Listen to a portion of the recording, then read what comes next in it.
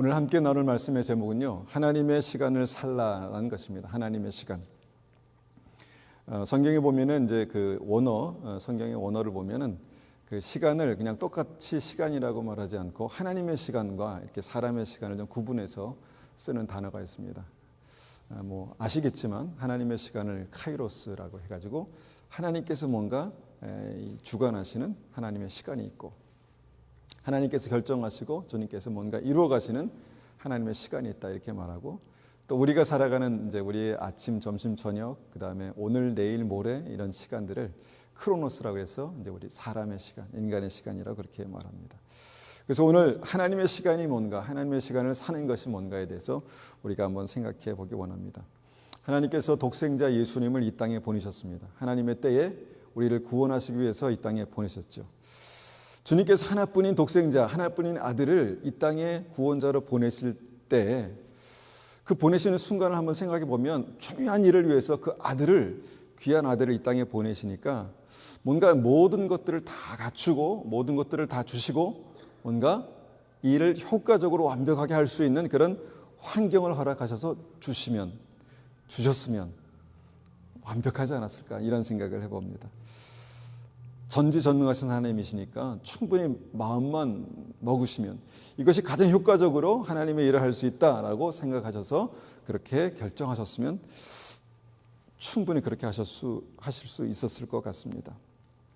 돈도 많이 주시고, 그 다음에 힘도 주시고, 백그라운드, 배경도 아주 그냥 사회적, 정치적으로 뭔가 서포트할 수 있는 그런 상황에서 예수님을 보내셨다면 아마 더 효과적으로 완벽하게 하나님의 일을 하실 수 있지 않았을까. 그런데 예수님께서 이 땅에 오셨을 때 우리의 생각이 완전히 빗나갑니다. 우리의 기대가, 우리는 너무 당연하게 말씀을 통해서 그것을 들었기 때문에 너무 당연하게 받아들이지만, 주님께서 메시아로 이 땅에 오셨을 때의 환경은 정말 최악이었습니다.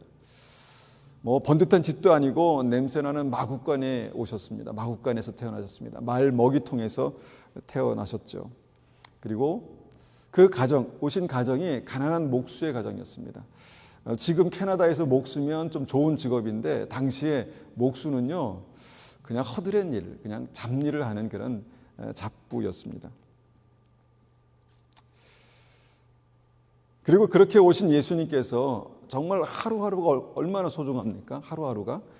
그런데 예수님께서 이 땅에 오셔서 하루 이틀, 1년, 2년, 10년, 20년, 25년, 30년이 될 때까지 아무 일도 하지 않으셨습니다. 아무런 일도 하지 않으셨습니다. 메시아로 이 땅에 오셨는데 30년이 되도록 아무 일도 하지 않으셨다. 말이 됩니까? 안 됩니까? 뭔가 우리가 생각하기에는 한 25세 정도 됐을 때, 뭔가 힘이 있고 멋있을 때, 뭔가 본격적으로 하나님의 사역을 하셔서 뭔가 7년 정도 이렇게 하셨으면, 아니면 뭐 8년 정도 하셨으면, 7과 8이 성경에서 중요한 숫자니까 그렇게 하셨으면 완벽하게 많은 사람에게 복음을 전하고 하나님의 일들을 감당하실 수 있지 않았을까. 그런데 30살이 될 때까지 아무 일도 하지 않으셨다라는 것입니다.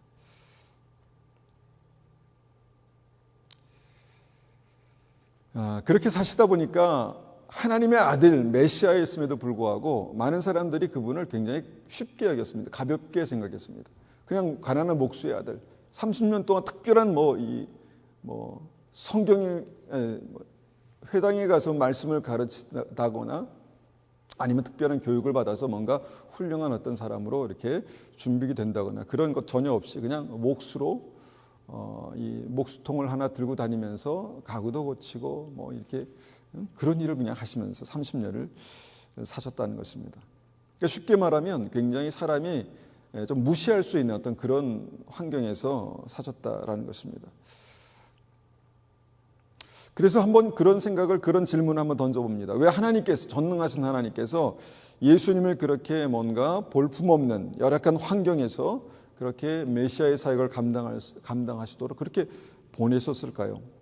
전능하신 하나님의 이미지, 구원자, 메시아의 어떤 이미지와 맞지 않는, 전혀 어울리지 않는 어떤 그런 모습으로 굳이 왜 그렇게 보냈을까? 여러분 한번 고민해 보십시오. 말씀을 준비하면서 그런 생각이 들었습니다. 왜 하나님께서 굳이 그렇게 그런 상황에서 보내셨을까? 우리는 이런 고민을 합니다. 내가 좀 더 좋은 가정에서 태어났으면, 내가 좀 부자인 어떤 그 가정에서 태어났으면, 내가 좀 더 아주 스마트해서 IQ가 한 150 정도 되는 어떤 그런 능력이 있었으면, 내가 좀 더 뭔가, 제가 어릴 때 그랬던 것 같아요. 디즈니 영화를 보면서 야, 저런 데 사는 사람도 있구나. 내가 이렇게 이런 한국이 아니라 저 미국에서 태어났으면. 여러분 그런 생각 안 해보셨습니까? 거기에서 아마 태어나서 좋은 교육을 받고 일찍부터 뭔가 준비되었다면 지금보다 더 훌륭한 일들을 감당할 수 있지 않았을까. 그런데 하나님의 생각과 우리의 생각은 다르다라는 것을 여기서 보게 됩니다. 하나님의 기준과 우리의 기준은 다르구나. 우리가 뭔가 하나님께서 우리에게 맡긴 귀한 일들을 하기 위해서는 이 정도 준비돼야 되는데, 예수를 보니까 뭔가 우리보다 우리의 생각을 한참 못 미치는, 우리의 기대를 한참 못 미치는 그 정도의 어떤 사역으로 메시아의 사역을 감당하셨구나. 왜 그랬을까? 우리가 이 실마리를 이제 풀어가기 위해서 말씀을 보다 보면 한 가지 뭔가 이해되는 것들이 있습니다. 천국은 감추어진 보화다. 천국은 밭에 감추어진 보물이다. 뭐 이런 얘기를 하는 것이죠. 그냥 만천하에 드러난 보물이 아니라, 많은 사람들이 원하면 가질 수 있는 보물이 아니라 뭔가 감추어진, 밭에 감추어진. 그래서 아무나 쉽게 발견할 수 없는.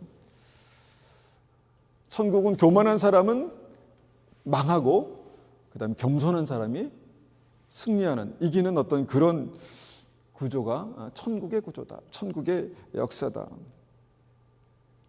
그래서 우리의 높아진 기준으로, 우리의 어떤 높아진 마음으로는 예수님을 만날 수 없는 어떤 그런 곳으로 주님께서 오셨다는 것입니다. 낮고 천한 곳으로. 만약에 주님께서 높고 굉장히 훌륭한 모습으로 오셨다면 다들 예수님 만나려고 막 찾아갔을 텐데, 낮고 천하고 아무것도 아니고 볼품없는 모습으로 오셨기 때문에 겸손할 수밖에 없어서 그런 사람들이 예수님을 제일 먼저 만났다는 것입니다. 자신의 한계를 발견하고 또 겸손할 수밖에 없는 사람들, 많은 사람들에게 무시를 당했던 세리들, 그 다음에 정말 삶에 여러 가지 어려운 일들이 있어서 삶이 나락으로 떨어진 어떤 창녀들, 그 다음에 어부들, 그 당시에 형편없는 직업의 어떤 사람들, 그런 사람들이 예수님을 만났다는 것입니다. 이런 환경 때문에 예수님은요, 많은 사람들에게, 그러니까 대다수의 잘난 사람들에게 쉽게 손가락질 당하고 미움을 당하고 배척을 당하셨다는 것입니다. 유대인들이 선민의식을 가지고 있습니다. 하나님께서 그들을 택하셨다라는 그런 믿음을 가지고 있습니다. 그런데 그 대부분의 유대인들이 하나님께서 보내신 메시아를 배척했습니다.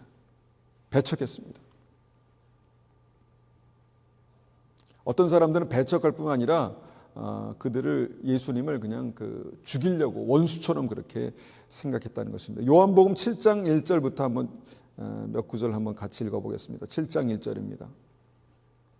그 후에 예수께서 갈릴리에 다니시고 유대에서 다니려 아니하심은 유대인들이 죽이려 함이로라. 예수님께서 엄청난 무슨 죄를 지었습니까? 엄청난 범죄를 저질렀습니까? 그런데 왜 예수님을 죽이려 했을까요? 예수님을 죽이려 했을까요?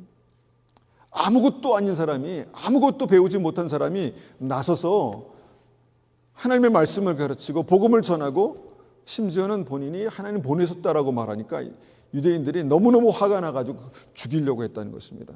나빠서 악해서가 아니라 예수님을 그렇게 죽이려고 했다는 것입니다. 유대인들이 하나님 보내신 예수님을 믿지 않았습니다. 여러분, 겸손한 마음이 없으면, 낮아짐이 없으면요, 예수님을 만나기 어렵습니다. 좀 걱정되는 것은 이 시대에 많은 사람들의 생각이 막 높아져 가고 있어요. 많이 배우고 또 삶의 환경도 좋으니까 마음이 높아지고 생각이 높아져 가고 있습니다. 그건 뭐 크리스찬이나 예수님 아는 사람이나 모르는 사람이나 다 마찬가지인 것 같습니다. 그런데 마음이 높아지니까요, 예수님을 만나기가 참 어렵다라는 생각을 하게 됩니다. 예수님은 낮고 낮은 곳으로, 낮은 모습으로 그렇게 오셨는데 사람들은 자꾸 높은 곳을 좋아하고 높은 자리를 좋아하고 높은 곳에 서기를 좋아하니까 이게 핀트가 맞지 않는 거예요. 예수님 만나지 못하는 거예요. 그것이 문제가 아닌가 이런 생각을 하게 됩니다. 이런 상황들은요, 예수님의 집에서도 마찬가지였습니다. 2절 봅니다. 2절에서 5절까지 말씀을 읽겠습니다. 유대인의 명절인 초막절이 가까운지라 그의 형제들이 예수께 이르되 당신의 행하는 일을 제자들도 보게 여기를 떠나 유대로 가소서. 스스로 나타나기를 구하면서 묻혀서 일하는 사람이 없나니 이 일을 행하려 하거든 자신을 세상에 나타내소서 하니 이는 그 형제들까지도 예수를 믿지 아니함이로라. 예수님께는요, 성녀로 잉태하신 예수님께는요, 요셉과 마리아의 사이에서 태어난 다른 동생들이 있었습니다. 야고보, 요셉, 시몬, 유다, 그 다음에 여동생들이 있었죠. 여러분, 이 사람들, 이 동생들의 얼마나 축복입니까? 메시아와 함께 사는 것입니다. 메시아와 함께 사는 것입니다. 어쨌든 간에 주님께서는 본격적으로 사역을 하지 않으셔도 그의 인격과 인품에서 메시아의 어떤 모습들을 볼 수 있지 않겠습니까? 얼마나 축복입니까? 뭔가 주님께서 살아계신 하나님의 그 아들의 어떤 그 삶을 통해서 뭔가 귀한 것들이 흘러갔을 텐데, 근데 이 동생들이요, 그 예수님을 굉장히 무시했습니다. 인정하지 않을 뿐 아니라 무시했습니다. 그리고 빈정거렸습니다.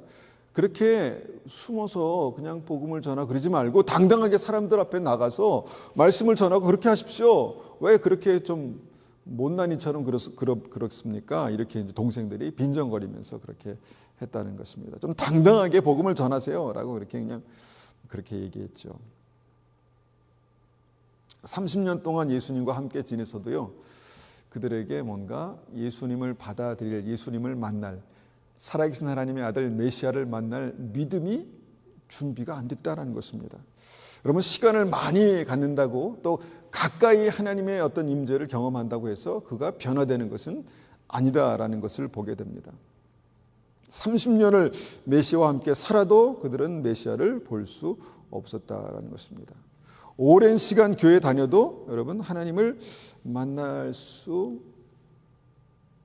없는, 만나지 못하는 이 시대 크리스찬들도 있을 수 있겠다라는 생각을 하게 됩니다.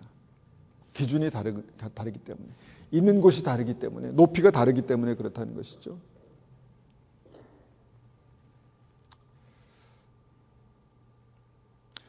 우리가 이제 예수님을 성경에서 보니까 모든 것을 다 우리가 믿음으로 받아들이니까 예수님은 참 훌륭한 하나님의 아들이시구나, 독생자시구나, 메시아시구나 이렇게 이해하는데, 우리가 예수님을 당시에 우리가 이들과 똑같은 눈으로 예수님을 바라봤다면 우리도 아마도 예수님을 믿지 못하고 배척하지 않았을까 생각됩니다.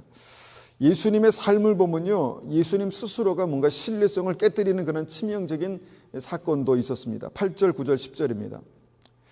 너희는 명절에 올라가라. 내 때가 아직 차지 못하였으니 나는 이 명절에 아직 올라가지 아니하노라. 이 말씀을 하시고 갈릴리에 머물러 계시니라. 그 형제들이 명절에 올라간 후에 자기도 올라가시되 나타내지 않고 은밀히 가시니라. 이 말씀 보니까 예수님이 MBTI로 해가지고 J가 아니라 P인 것 같아요.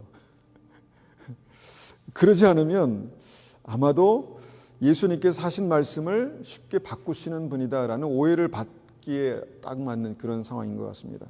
명절에 이제 함께 이제 같이 갑시다라고 이제 동생들이 그렇게 얘기했는데, 아니다, 나는 내 때가 아직 되지 않았기 때문에 나는 가지 않겠다. 너희만 올라가라. 이렇게 이제 하시고 올려 보내시고 예수님은 거기에 계셨습니다.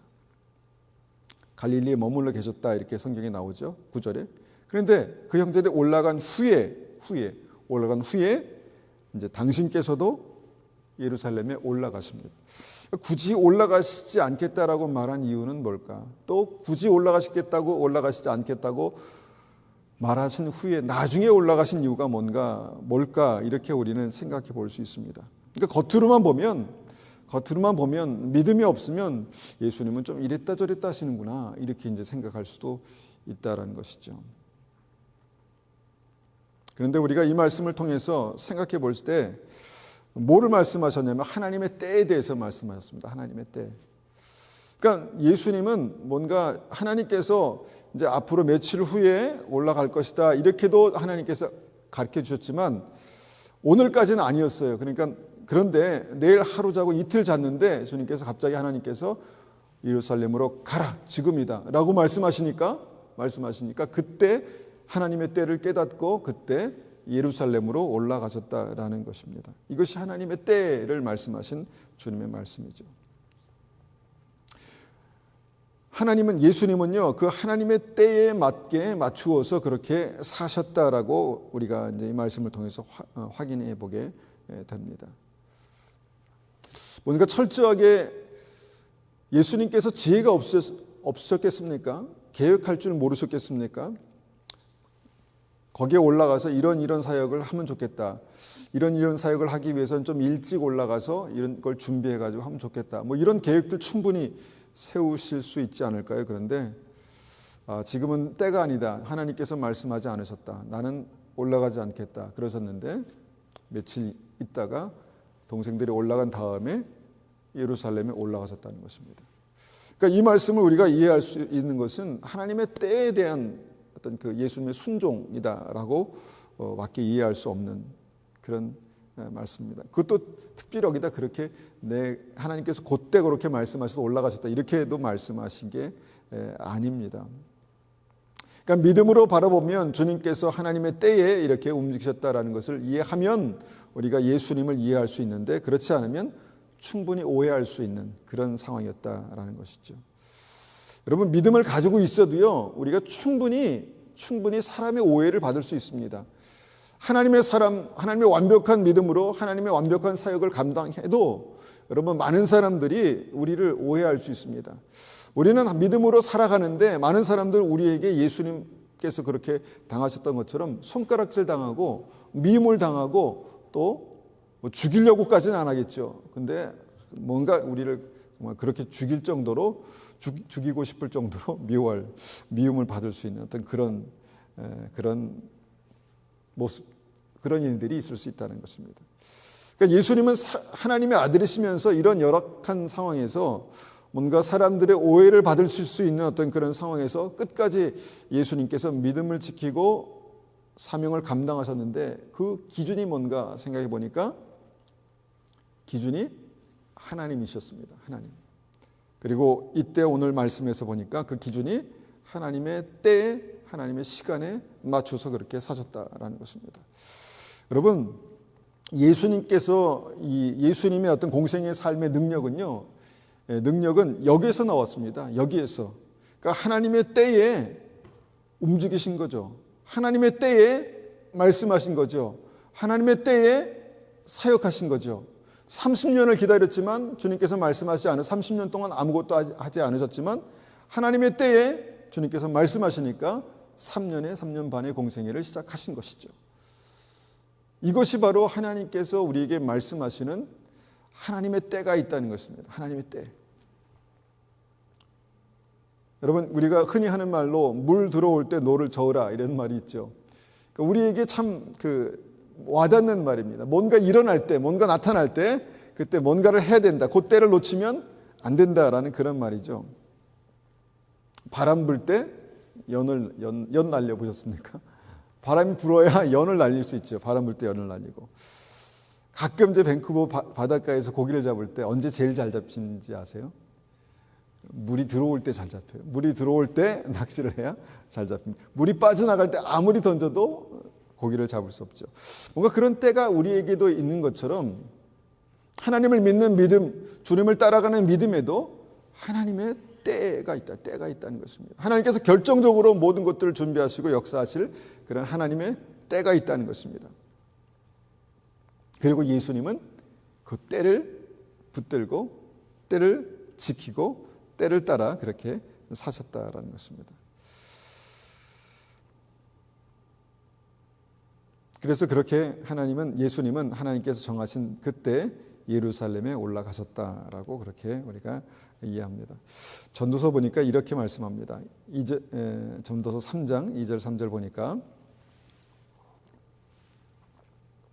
날 때가 있고 죽을 때가 있으며 심을 때가 있고 심은 것을 뽑을 때가 있으며 죽일 때가 있고 치료할 때가 있으며 헐 때가 있고 세울 때가 있으며 이것은 단지 그냥 우리의 삶에 살아가는 삶 속에서 뭔가 씨를 뿌리는 봄에 씨를 뿌리고 가을에 거둔다 이런 말을 하려고 여기 우리가 다 아는 이런 말을 하려고 이것을 적은 것이 아닙니다. 죽일 때가 있고 치료할 때가 있으며 헐 때가 있고 세울 때가 있으며 우리의 삶에 하나님께서 뭔가 이루어 가시는 그 때가 있다는 것입니다. 믿으십니까? 우리는 왜 지금 이 일이 일어나지 않는 거야? 왜 지금 나는 여기에 이러고 있지? 라고 생각할 수 있지만 하나님의 때에 하나님께서 계획하신 그 일들이 우리 인생 가운데 하나하나 진행되어져 가고 있다라는 것입니다. 사람들은 그것에 대해서 여러 가지 얘기를 할 것입니다. 지금 우리가 이럴 때야? 지금 네가 이렇게 있을 때야? 이렇게 얘기하겠죠. 그런데 그거 별로 중요하지 않았다는 것입니다. 왜요? 하나님의 때에 하나님께서 행하시는 일들을 우리는 따라가면 되니까 예수님은 하나님의 때에 주님께서 말씀하시면 그때 움직이셨으니까 하나님의 때가 그렇게 중요했다라는 것입니다. 사람들이 예수님에 대해서 이 말씀을 보면서 예수님은 그렇게 쉽게 말을 바꾸시나 이렇게 생각하고 오해받을 수 있는 딱 좋은 상황이었지만 사람들이 뭐라고 얘기하든 간에 주님께서 말씀하셨으니까 내가 믿음으로 그렇게 오늘 올라간다라고 올라가시는 예수님. 뭐 그렇게 엄청난 사건은 아니지만 여러분 이런 모든 삶의 태도가 예수님의 어떤 삶의 태도가 이것이 바로 예수님의 메시아의 사역의 능력이었다라고 우리가 이해할 수 있다는 것입니다.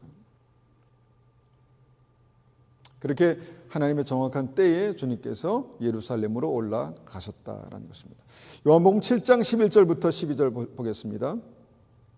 명절 중에 유대인들이 예수를 찾으면서 그가 어디 있느냐 하고 예수께 대하여 무리 중에서 수군거림이 많아 어떤 사람은 좋은 사람이라 어떤 사람은 아니라 무리를 미혹한다 하나 예수님을 봐도요 사람들이 여러 가지 말을 했습니다. 예수님을 좋아하는 사람은 정말 하나님의 사람이다 이렇게 말했지만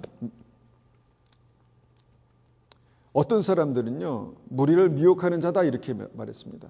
어떤 사람은 예수님이 이단이다 라고 그렇게 말했습니다.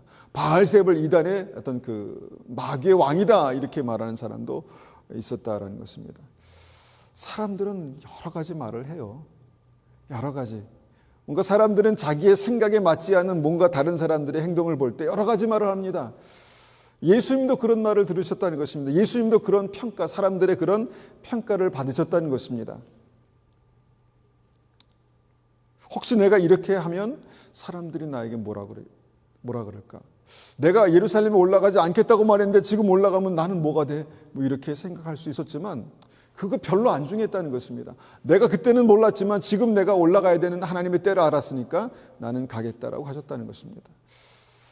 여러분 살다 보면 그럴 때가 있지 않습니까? 나는 이건 절대로 안 해. 난 못해. 안 할 거야. 그런데 생각이 바뀌었습니다. 그러면 쉽게 해야지 이렇게 됩니까?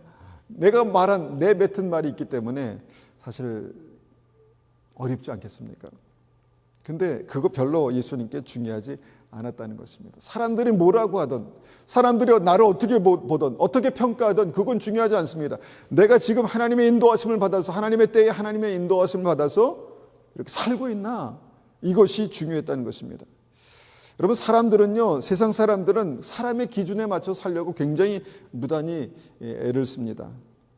적어도 이 정도는 살아야 되지 않아? 이 정도는 살아야 되지 않아?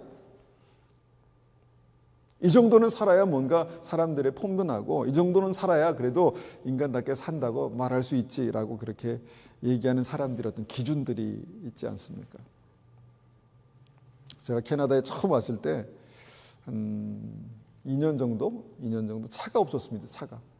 야, 캐나다에 이렇게 사람들이 많고 이렇게 사람들이 다 차를 가지고 있는데 나는 왜 차가 없나? 이런 생각을 정말 했습니다. 그런데 그때는 하나님께서 그냥 그렇게 차 없이 걸어 다니라고 고생 좀 하라고 그렇게 두셨던 것 같습니다. 그러니까 하나님의 인도하심을 따라서 믿음으로 살다 보면요 하나님의 때에 하나님께서 허락하시는 하나님의 때에 주님께서 열어주시는, 하나님의 때에 주님께서 이루시는 하나님의 역사가 있다라는 것입니다.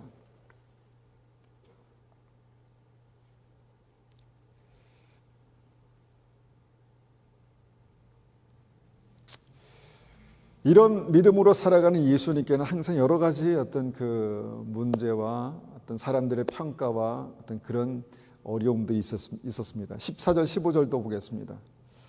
14절 보니까 이미 명절의 중간이 되어 예수께서 성전에 올라가사 가르치시니 유대인들이 놀랍게 여겨 이르되 이 사람은 배우지 아니하였거늘 어떻게 그를 아느냐 하니, 예수님께서 성전에 올라가서 가르치셨습니다.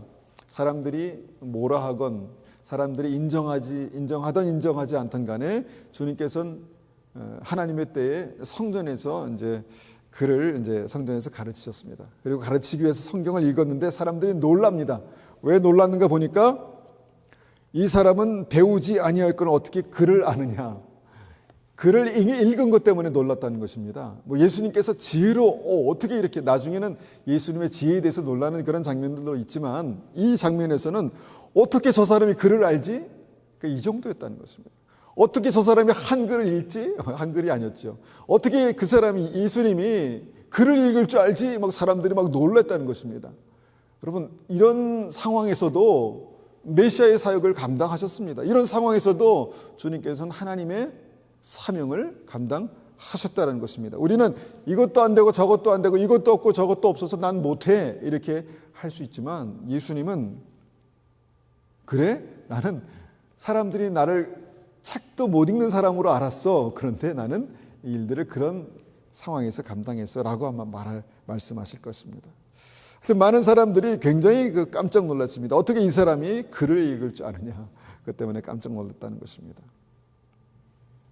자, 우리가 이제 다 종합해 보면 완전하신 하나님의 아들 예수님께서, 메시아께서 이 땅에 오셨을 때 가난하고 배운 적도 없고 뭔가 많은 사람들에게 인정받지도 못하고 그런 열악한 환경에서, 열악한 조건에서 그렇게 삶을 사셨는데 그것으로 말미암아 아무런 문제가 없으셨다는 것입니다. 하나님의 사역을 감당하시는데, 생명을 살리시는데, 메시아의 사명을 감당하시는데 아무런 문제가 없었다라는 것입니다. 사람들은 사람의 조건으로 사람을 평가하지만 하나님은 우리의 조건에 매이시는 분이 아니시다라는 것입니다. 사람들은 그 열악한 조건 때문에 상당히 사람들의 눈치를 보면서 때로는 부끄러워하고 창피하며 살아가지만, 사람들이 무시하든 말든, 사람들이 미워하든 말든, 사람들이 수군거리든 말든 예수님은 하나님의 인도하심을 따라 그렇게 하나님의 길, 생명의 길을 가셨다라는 것입니다.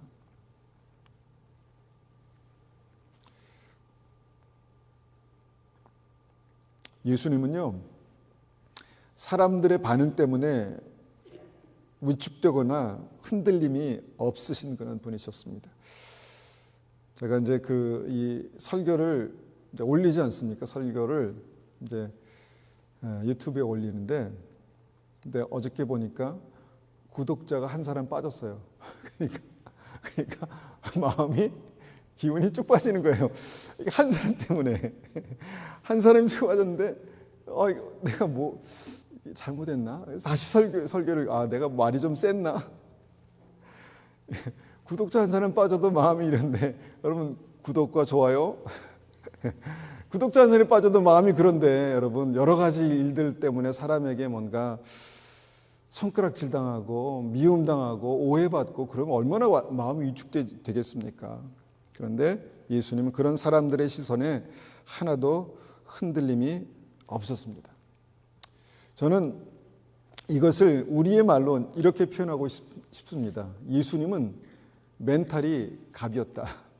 이전에도 한번 말씀드렸죠. 예수님은 멘탈 갑입니다. 어떤 상황에서도 기죽지 않고, 어떤 상황에서도 흔들리지 않고, 사람들의 말에 의해서, 환경에 의해서 절대로 그렇게 흔들리는 분이 아니셨다는 것입니다. 여러분, 멘탈 갑, 이게 믿음입니다. 전능하신 하나님께서 나와 함께 계시는 것이 믿음 아니겠습니까?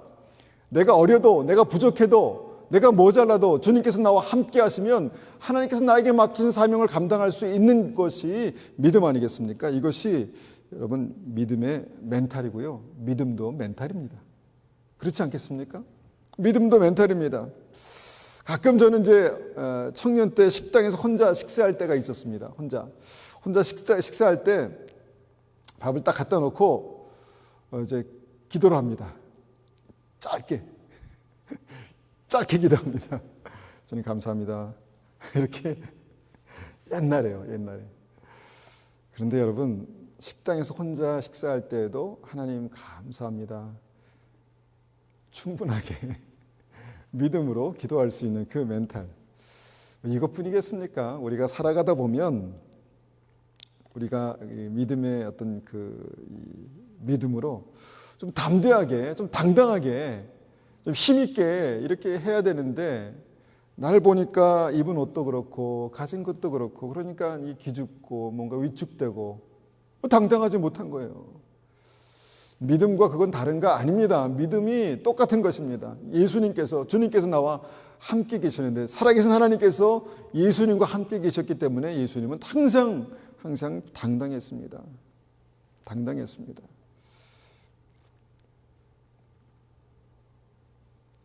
제가 대학생 때 선교단체에서 훈련 받았는데 그때 제가 참 좋아했던 어떤 1년 선배 형이 있었습니다. 그 선배와 함께 이제 항상 그 전철을 타면 참 그 선배는 전철 타면 한결같이 전철 딱 복도에 나가가지고 예수님 믿으십시오. 예수님 믿어야 구원받습니다. 여러분 회개하고 예수님 믿으십시오. 별거 아니지만 그렇게 짧게 복음을 전했습니다. 처음에는 무척 당황해서 여기 앉아 있으면서 무척 당황해서 저 형이 갑자기 왜 그러시나, 저 형이 갑자기 왜 그러나 이런 생각을 했었습니다. 근데 몇 번을 그렇게 이제 전철을 탈 때마다 그런 모습을 보면서 참 대단하다, 저 용기가 참 대단하다 이렇게 생각이 됐습니다. 처음에는요, 이게 효과가 있을까? 그렇게 해서 예수 믿는 사람이 몇 사람이나 있겠어? 전철에서 지금 피곤하고 그렇게 가는데 사람들이 욕하지 않을까? 이렇게 생각했는데 그 형은 그래도 막 사람들에게 방해하면서 큰 소리로 그렇게 하지 않았지만 전철 이 끝에서 저 끝까지 들릴 만한 소리로 예수님 믿으라고 그렇게 얘기했습니다. 지금 지나고 나니까 이것이 믿음의 멘탈이구나.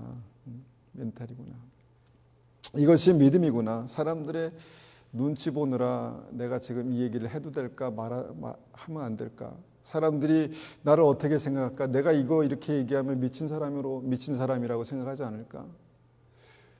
여러 가지 생각을 하면서 여러분 이리 피하고 저리 피하고 이리 가고 저리 가고 하다 보면요, 그게 생명의 길이 아닐 때도 있겠더라고요.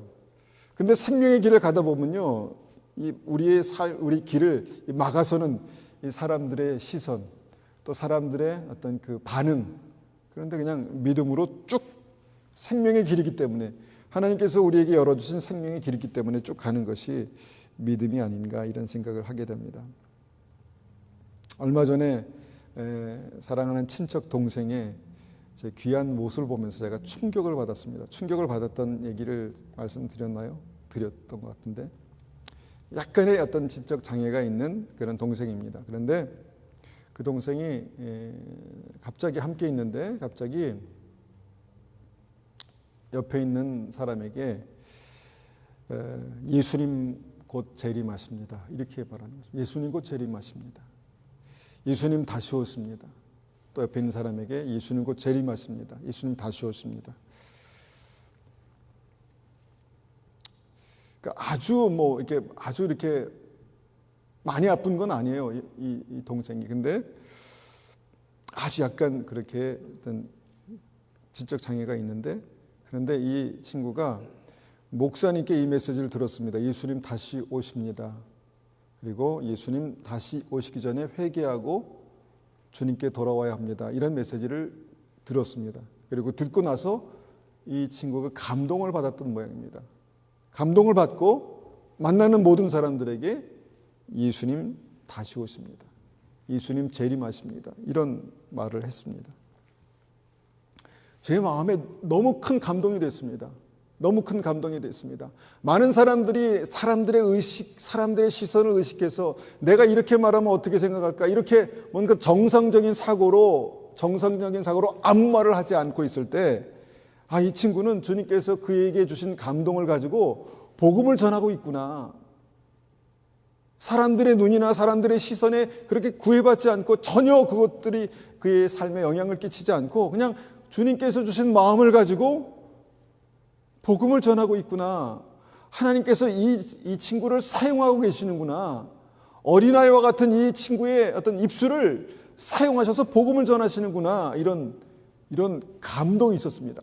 너무너무 귀하다. 너무너무 귀하다. 하늘에 가면 이 친구에게 굉장히 귀한 상급이 있겠구나.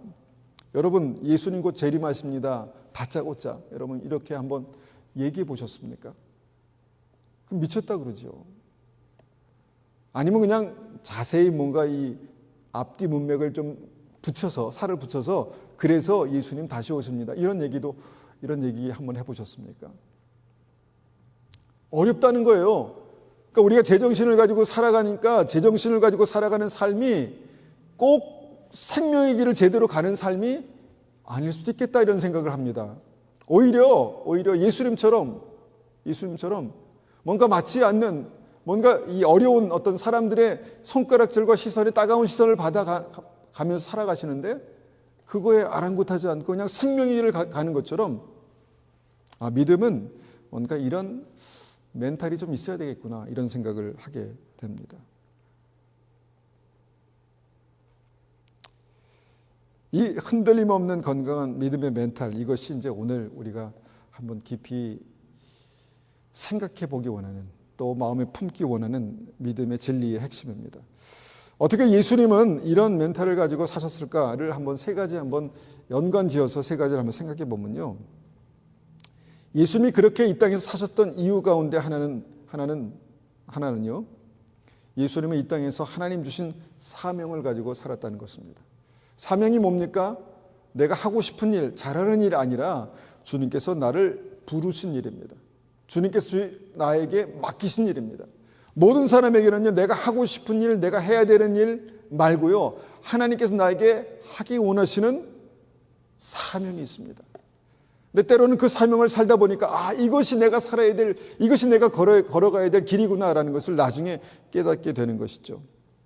예수님이 왜 그렇게 사셨을까 생각해 보니까 예수님은 이 땅에서 십자가로 말미암아 온 인류를 구원하셔야 되는 사명이 있으셨기 때문에 그렇게 당당하고 힘있고 꺾이지 않는 그런 믿음이 있으셨다는 것입니다. 사명이 있으셨다는 것입니다. 사명 이렇게 얘기하면 항상 목사나 선교사라게 돼서 헌신하고 그렇게 살아가는 그것만 생각할 때 할 수 있지만 여러분 평범하게 보통 사람처럼 하나님께서 나에게 맡기신 일들을 감당하며 사는 것이 여러분 사명입니다. 예수님은 3년만 사명을 사셨을까요? 공생의 3년만? 아닙니다. 3년 전 30년을 사명으로 사셨습니다.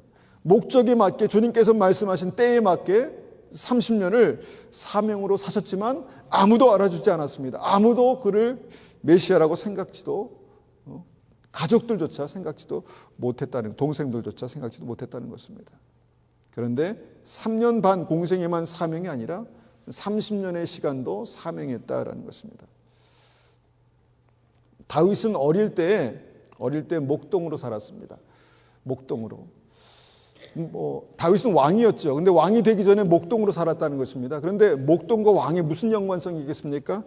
그래서 하나님께서 주신 사명은 왕으로서, 이스라엘 왕으로서 살아가는 그것이 사명이다 이렇게 말할 수 있지만 우리는 이 말씀 보면서 왕이 되기 전에 목동의 시간, 그 시간이 하나님의 사명을 준비하는, 하나님의 사명을 살아가는 시간이었구나 이렇게 우리가 이해할 수 있습니다.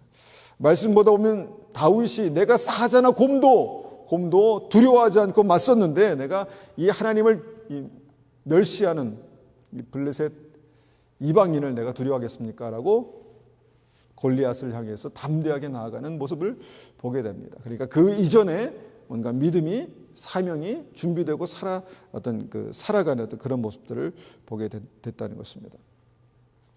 요셉은 형제들에게 미움을 받아서 이집트의 노예로 팔려갔습니다. 노예로 살았던 기간이 있었습니다. 그리고 모함을 받아서 죄수로 살았던 기간들이 있었습니다. 이 기간들은 사명과 상관없는 시간인가 이렇게 생각할 수 있지만 아니라는 것입니다. 그때 주님께서 2번씩이나 내가 하나님께서 그와 함께 하시는 요셉이 형통한 자가 되었더라 이렇게 말씀하셨다는 것이죠. 그때도 사명으로 살았습니다. 총리가 되어서도 사명을 살았지만 노예가 되었을 때도 감옥에 갔을 때에도 사명을 살았다는 것입니다. 이것이 하나님의 사람들입니다. 이것이 하나님의 사람들이 가지고 있는 믿음입니다. 그럼 우리는 어떻게 사명으로 살 것인가? 우리는 어떻게 사명으로 살아야 합니까?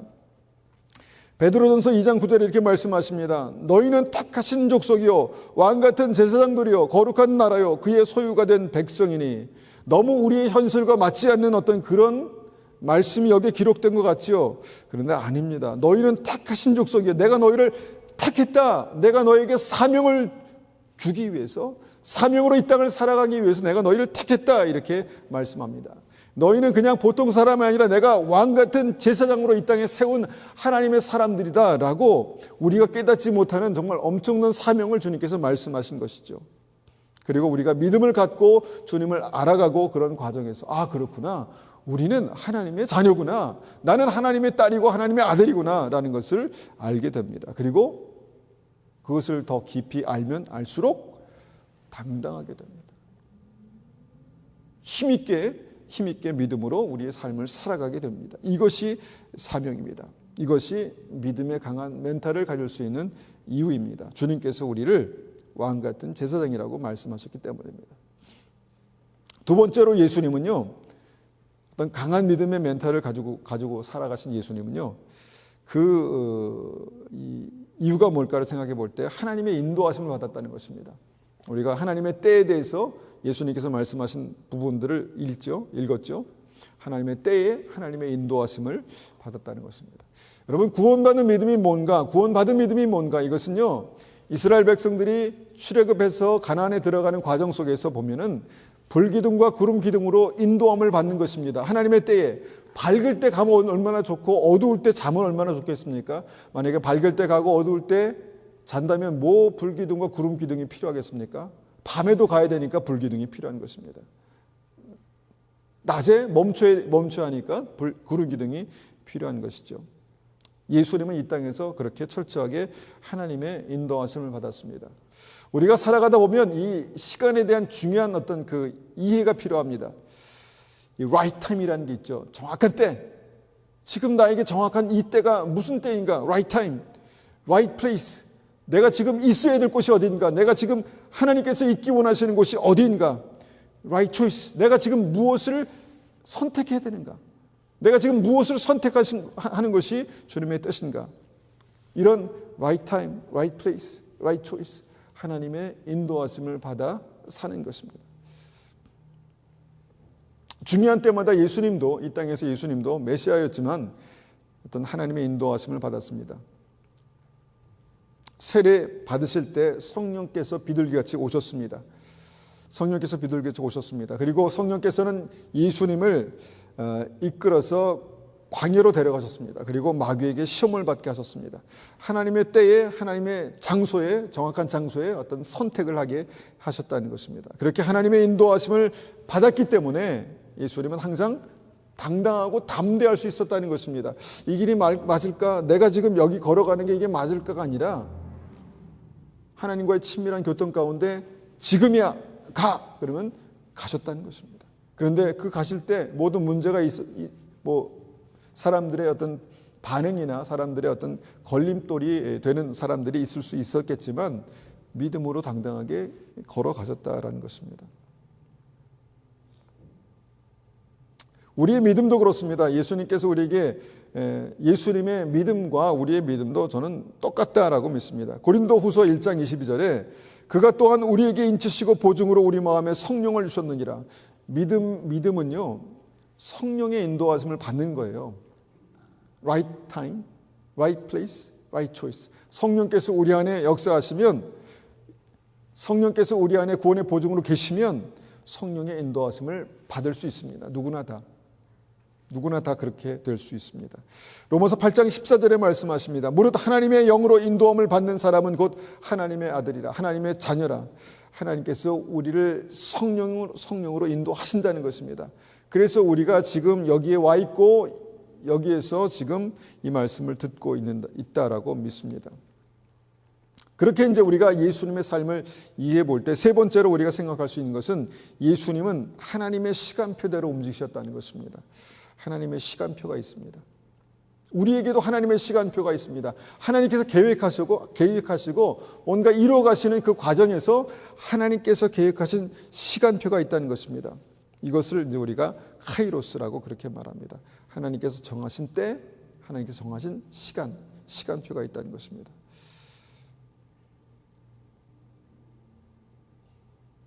예수님은 계획을 가지고 하루하루 평범하게 그렇게 몫으로 사셨지만 정확한 하나님의 시간표에 때가 되니까 그 모든 루틴을 깨시고 성령의 인도하심 받아 움직이셨다라는 것입니다. 뭔가 하나님의 사람에게는 그런 것들이 있습니다.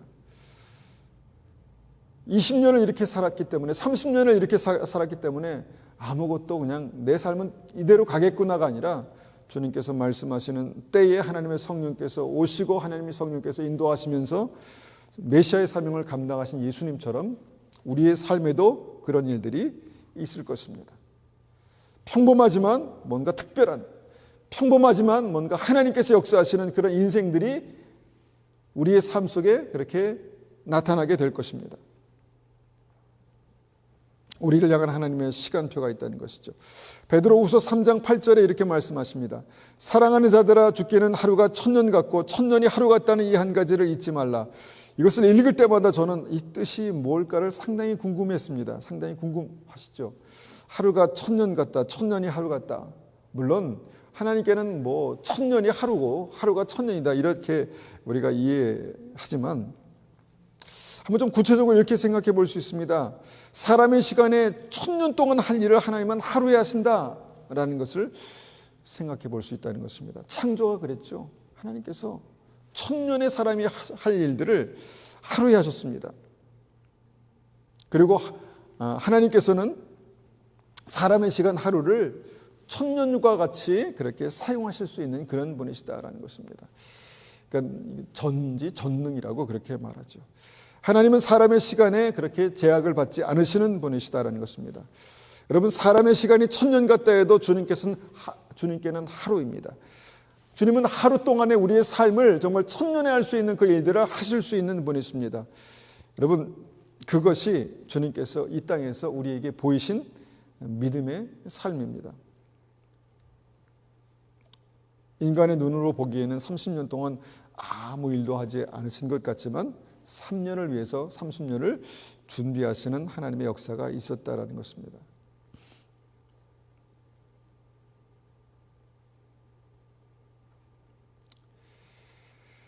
데살로니가 5장 2절에 이렇게 말씀합니다. 주의 날이 밤에 도둑같이 이를 줄을 너희 자신이 자세히 알기 때문이라. 여러분, 우리가 하도 많이 들어서 압니다. 주님의 날이 도둑같이 임할 것이다. 예수님께서 다시 오실 것이다. 우리가 오늘 믿음으로 살아가지만 주님께서 그렇게 오실 것이다. 이것을 우리가 많이 들어서 압니다. 정말 인간의 시간만을 사는 사람들에게는 주님께서 그렇게 도둑같이 오실 것입니다. 갑자기 어이구 당황스럽게 이렇게 오실 것입니다. 그런데 데살로니가 5장 4절에 이렇게 말씀하십니다. 형제들아, 너희는 어둠에 있지 아니하며 그날에 도둑같이 너에게 임하지 못하리니. 안다는 것입니다. 하나님의 때에 하나님의 시간표를 살아가는 사람들은 그 때를 미리 안다라는 것입니다. 우리가 이 말씀들을 이제 생각하면 결론을 맺습니다. 사람의 시간을 사는 사람들은요, 늘 사람들의 눈치 보고 사람 말에 휘둘리고 사람 힘에 위축되고 사람 시선에 그렇게 눌리고 사람들 두려워하고, 여러분 그렇게 살다가 결국은 어떻게 되냐면 바람 부는 대로 이리저리 날아다니다가 사망의 길을 가게 되는 것이 여러분 불신앙입니다. 사람의 눈치를 따라서 움직이기 때문에. 그런데 하나님의 시간을 사는 사람들은 어떻습니까? 흔들리지 않습니다. 담대합니다. 당당하고 평안하고 확신에 차 있습니다. 주님께서 마지막 때 알곡과 쭉정이를 모아서 퀴즈를 하십니다. 바람이 부는 대로 껍데기들은, 쭉정이들은 날아가게 되는데, 여러분 믿음의 사람은 어떻습니까? 담대하고 당당하고 평안하고 확신에 찬 믿음을 가지고 하나님께서 하나님의 때에 있게 하시는 그 자리에 있게 되는 어떤 그것을 마지막 때의 추수의 모습으로 주님께서 우리에게 말씀하십니다. 여러분 그 은혜가 우리에게 있기를 원합니다. 요한계시록 3장 20절에 이렇게 말씀하십니다. 볼지어다 내가 문 밖에 서서 두드리노니 누구든지 내 음성을 듣고 문을 열면 내가 그에게로 들어가 그와 더불어 먹고 그는 나와 더불어 먹으리라. 하나님의 시간을 우리의 삶 가운데 살아가는 방법은요, 주님께서 우리의 삶에 오시는 것입니다. 그리고 우리가 우리 안에 계신 주님께 집중하는 것입니다.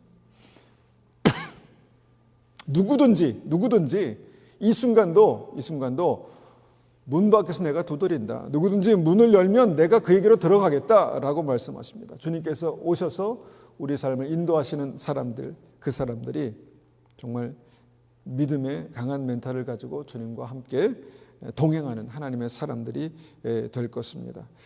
그런 믿음으로 우리의 삶을 담대하게 사는 어떤 그런 믿음의 사람들이 되시기를 축원합니다.